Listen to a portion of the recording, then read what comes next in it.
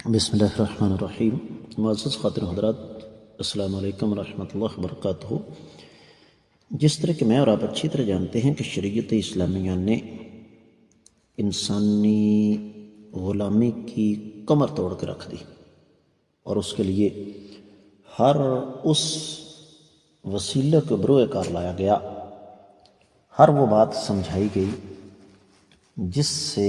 یہ سلسلہ بتدریج ختم ہو سکتا تھا، اور ہوا بھی۔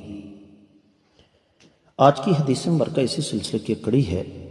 کہ مشترکہ غلام کی آزادی کا ایک اور طریقہ آقا علیہ السلام نے ہمیں بتایا ہے۔ مشکوٰۃ المصابیح کتاب النکاح باب ہے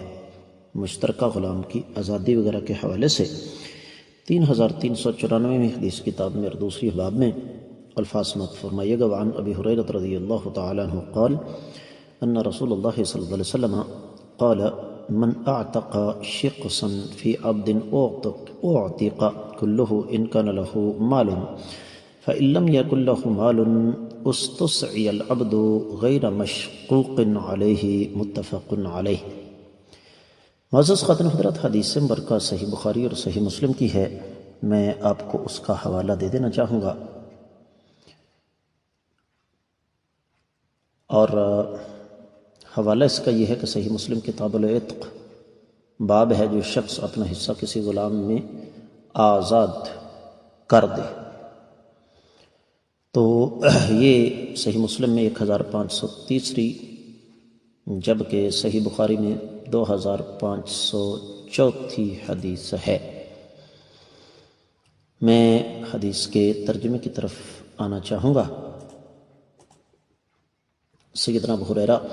رضی اللہ تعالی عنہ سے روایت ہے کہ کائنات کے امام صلی اللہ علیہ وآلہ وسلم کا فرمان ہے، جس نے کسی غلام میں سے اپنا حصہ آزاد کر دیا، اگر اس آدمی کے پاس مال ہے تو اس غلام کے باقی حصے کی آزادی اسی کے مال میں سے ہوگی، اور اگر اس مالک کے پاس نہیں ہے تو آزادی دلانے کے لیے کسی مشقت میں ڈالے بغیر غلام سے کام کروایا جائے گا۔ یہاں کام کروانے سے مراد کیا ہے؟ اصل نقطہ یہ ہے، بات اصل میں یہ ہے کہ ایک غلام اگر فرض کیجئے 3 آدمیوں کی ملکیت ہے،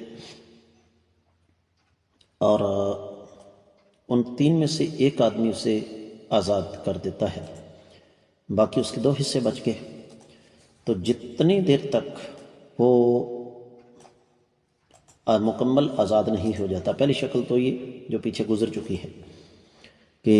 جس نے غلام کو آزاد کیا ہے اپنا حصہ، وہ تھوڑا سا مال مزید خرچ کر کے اس کو مکمل آزادی دلوا دے، اور اگر وہ ایسا نہیں کر سکتا، اس کے پاس اتنا مال نہیں ہے،